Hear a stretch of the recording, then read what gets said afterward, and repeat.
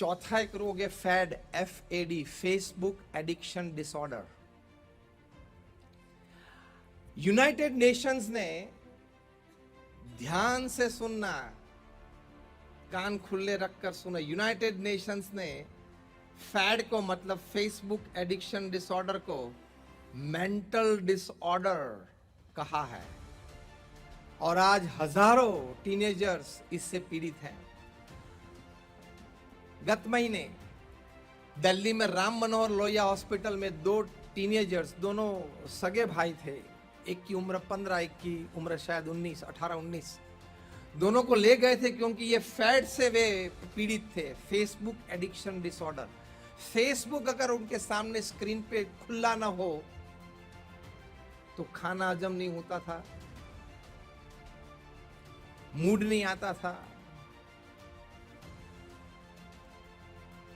Thirst की sense चली गई थी।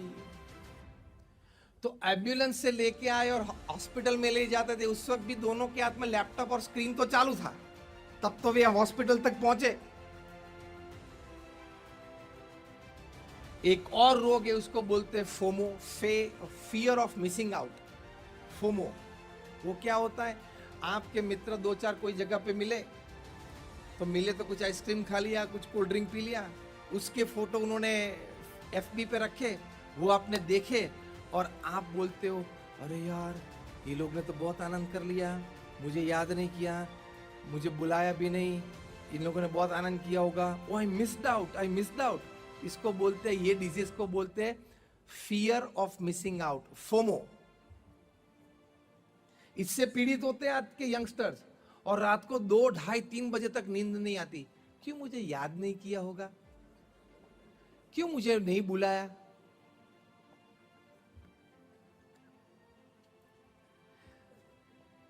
तो ये सभी डिजीजेस के सामने हमारे सत्शास्त्रों ने, हमने व्यक्तित्व विकास, चारित्र विकास की ये सब बातें की हैं।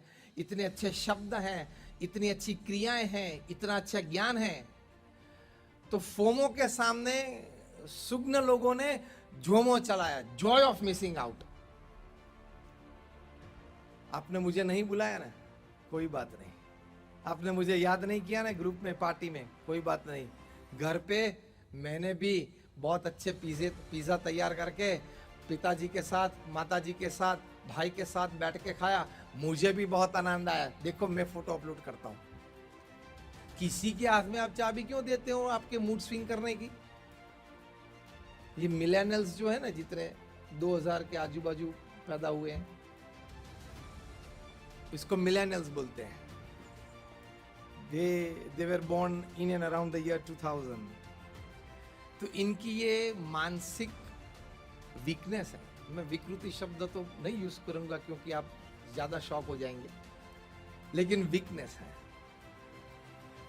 तो हमारे सत्शास्त्रों में ये जो मैंने सब बातें कही, ऐसी हजारों बातें जो हमें मदद रूप होती है। तो ये येल यूनिवर्सिटी के सभी विद्यार्थी ने सुदर्शन क्रिया का प्रयोग किया और क्या कहा कि वही सोशल मीडिया और इतना समय का ही हम उपयोग करते थे सुदर्शन क्रिया के पहले और उस दौरान भी, लेकिन सुदर्शन क्रिया से हमें जो पॉजिटिविटी मिली, मूड्स पे जो कंट्रोल मिला, वो सोशल मीडिया में जो पहले नेगेटिविटी आती थी तो ये 6 महीने दरमियान नहीं आई।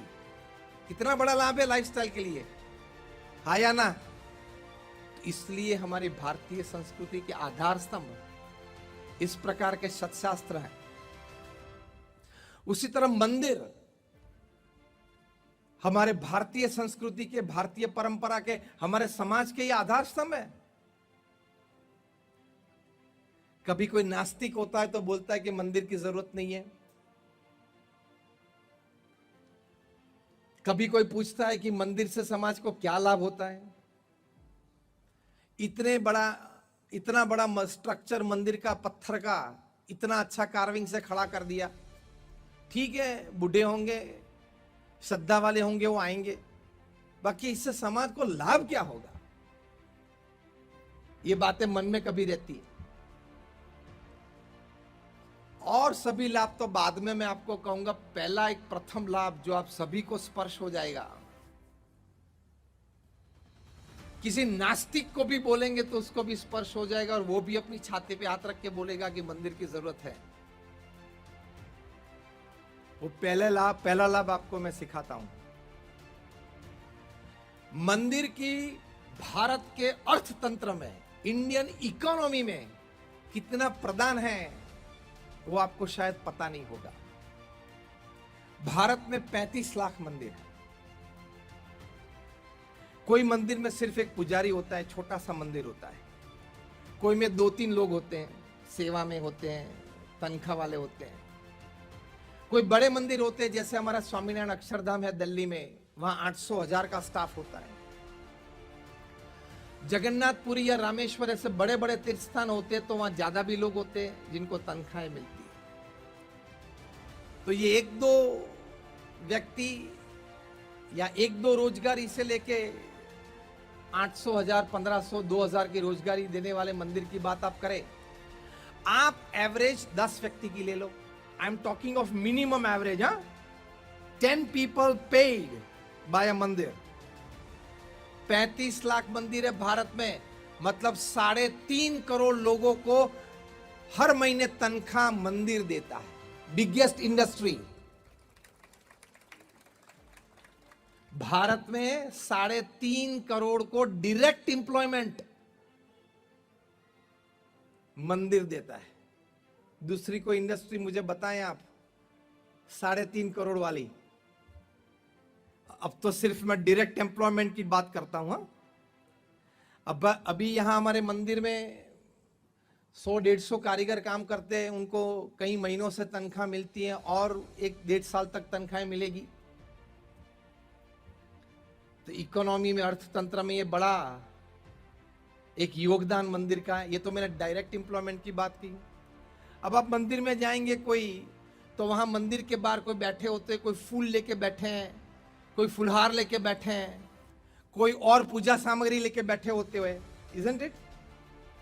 तो वो यहाँ फूल बेचते हैं, फुलहार बेचते हैं, तो शाम को 100-150 रुपया कमा लेते हैं और 2-3 परिवारजन का परिवार होता है, उनका परिवार चल जाता है, जिसको हम कमर्शियल भाषा में इनडायरेक्ट एम्प्लॉयमेंट बोलते हैं। देखा है ना अपने मंदिर के बाहर लोग बैठे और कुछ न कुछ पूजा सामग्री भक्तों के लिए लेके बैठे हैं, उनको बेचते हैं और वहीं से हम लेके फिर चढ़ावा करते हैं। हाँ या ना? सबको अनुभव है। इसको बोलते हैं इनडायरेक्ट एम्प्लॉयमेंट। उसको हाफ, मतलब 5 गिन लो एक मंदिर की एवरेज, तो भी 35 lakh multiplied by 5, round figure ले लो, मतलब 1.25 करोड़ की बात है। 1.25 करोड़ और लोग भारत में ऐसे हैं जो इनडायरेक्टली एम्प्लॉयड बाय द मंदिर। पहले 3.5 करोड़ बताया डायरेक्ट एम्प्लॉयमेंट में, 2.25 करोड़ इनडायरेक्ट एम्प्लॉयमेंट में। कितने हुए? 5.25 करोड़। अब तीसरा सेक्टर एंसिलरी एम्प्लॉयमेंट, मतलब नासिक में से किसी ने बस निकाली कि चलो जगन्नाथपुरी चलते हैं दर्शन यात्रा के लिए, और 50 लोग बस में बैठ गए, तो बस वाले को आमदनी शुरू हुई, कंडक्टर और ड्राइवर को। नासिक से जगन्नाथपुरी बस पहुंची, 2 दिन 2 रात वहां बीच में ठहरी, तो जहां ठहरी वहां होटल में होटल वालों को इकोनॉमी एक चर्न हुई, एक साइकिल हुई।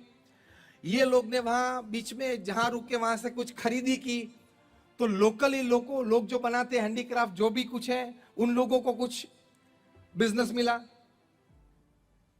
हाँ या ना? 2 दिन तक जहां ठहरे वहां होटल है, रेस्टोरेंट है, कुछ फ्रूट की छोटी सी लारी लेके खड़े हैं, उनके पास से किसी ने 6 केले लिए। इकोनॉमी रोल हुई ना सब जगह पे।